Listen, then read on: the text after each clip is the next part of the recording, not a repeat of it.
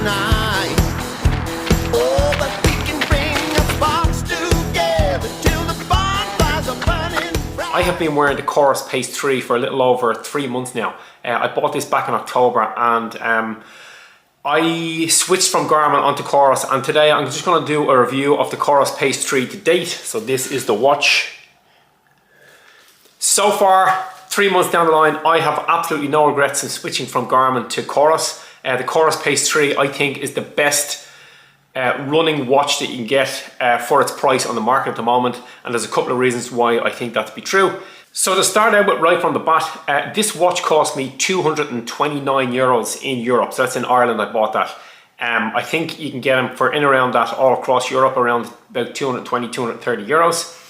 The watch comes in at, it's just 30 grams if you buy it with the silicone strap, which is what I did. And the watch, the reason why I switched to Coros now is up until now they didn't have the dual GPS system.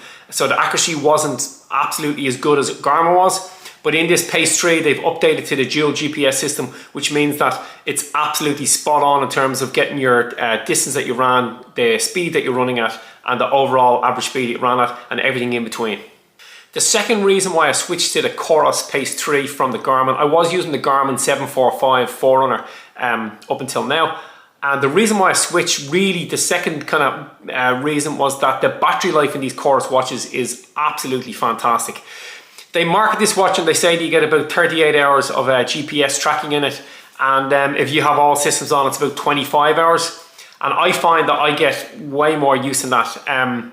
What are we, I think today is the 20th of February as I record this video, and I've only charged this watch twice since Christmas, and one of those was just this week because my watch, as you can see, it's still on 95%.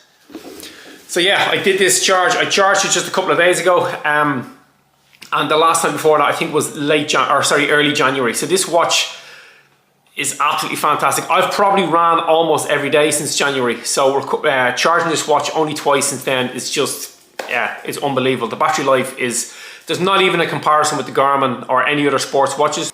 The Coros Pace 3 gives you a much longer life battery, and the reason for that is at the back of the watch they have the little heart rate processor, so the little sensor at the back of the watch. It only turns on every couple of seconds and it gets a reading, and then it switches itself off, and it just does that constantly throughout the day. It'll turn on for a couple, maybe 15 seconds, and it'll go off maybe for 40, 45 seconds, and it'll just keep doing that throughout the day, whereas all other watches just leave it on all the time, and that just drains the battery.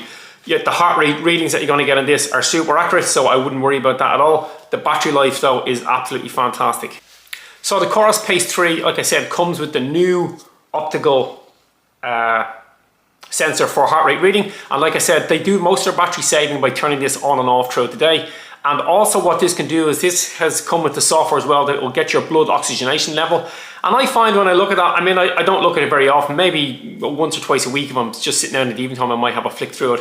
And I find that it's actually quite accurate. You can see your blood oxygenation level should be up there around the 97, 98, 99%.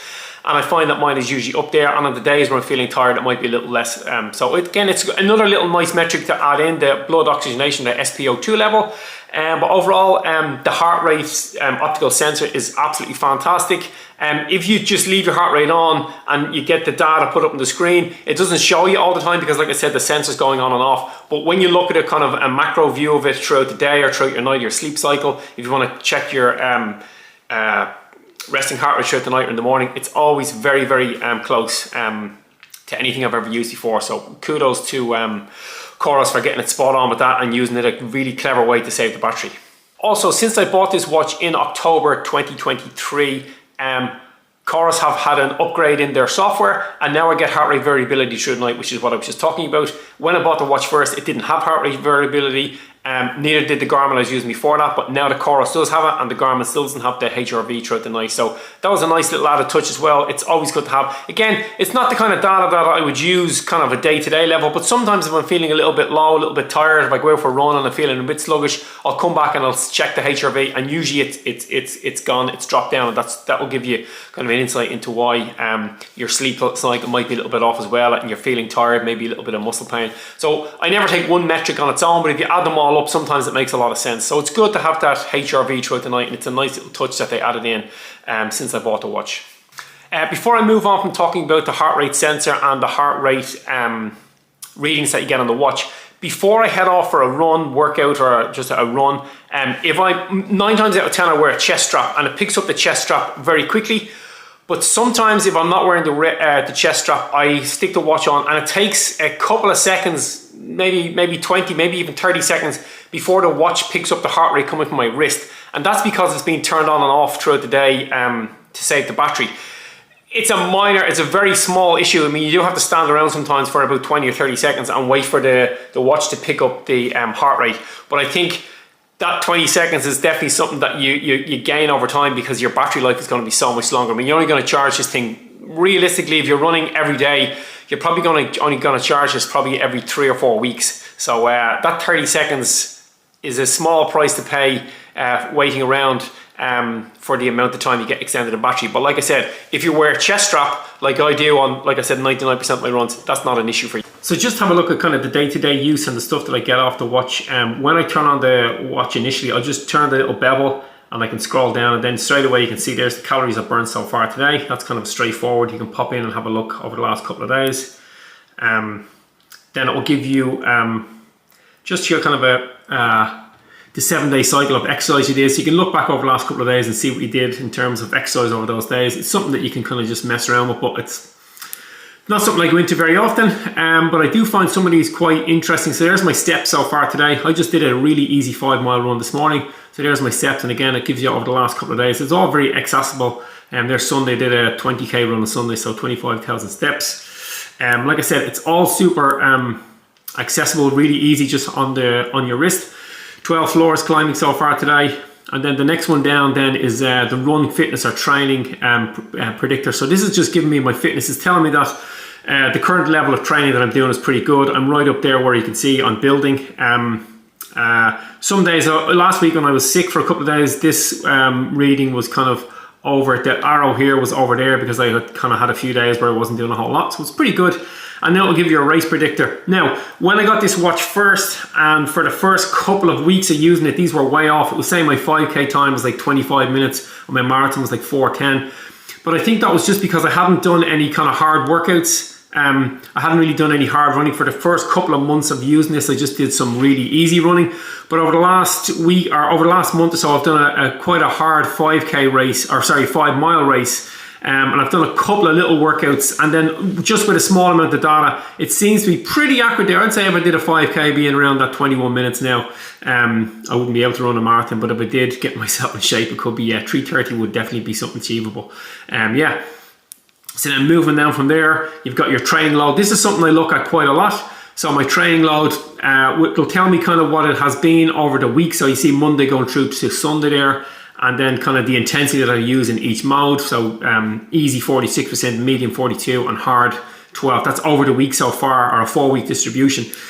The thing that's annoying about that training load is that it starts on a Monday to Sunday. I wish it went just kind of each day kind of rolled off and the next one rolled in. So instead of going Monday to Sunday, it just went the last 7 days, because when you wake up on Monday morning and look at it, it has reset. So like as if you haven't done any training over those 7 days previous.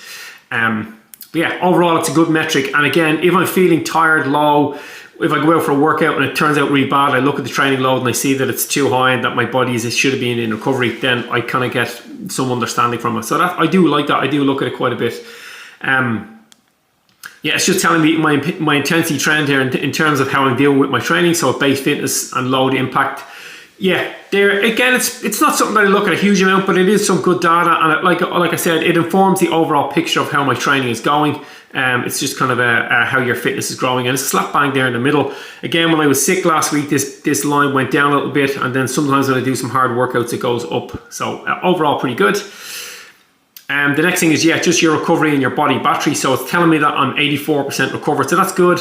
Yesterday, I just did a really easy 5K, and this morning I did 5 miles or 8K.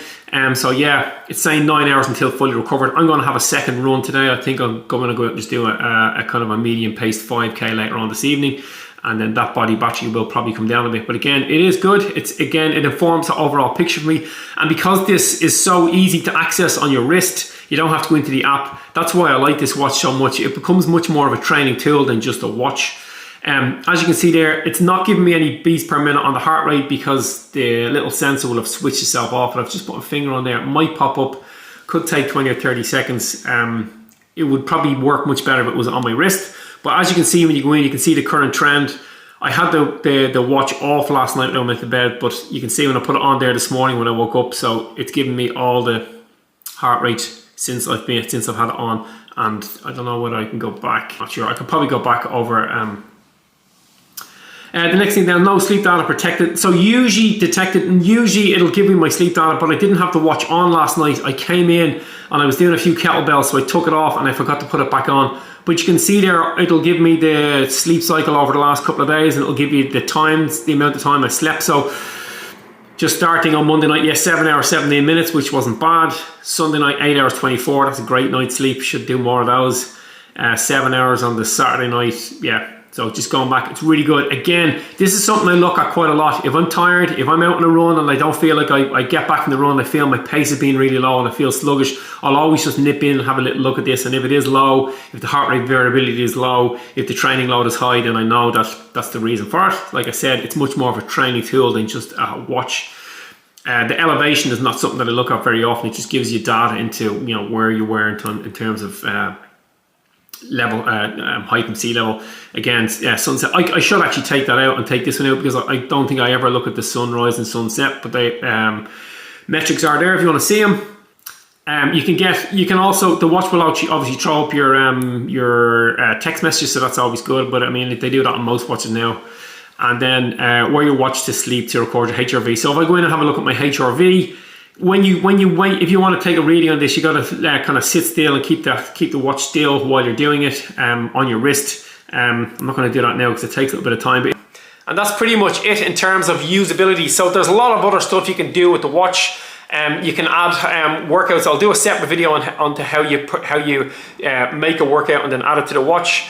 And then there's a couple of other things. The only real letdown I find with this watch is, this is the only problem I have with it. You can have music on this watch, but if you want to get music on it, what you need to do is you need to get the music in an MP3 file. You need to get the MP3 file onto a computer. You need to plug the watch into the computer, drag the MP3 files across.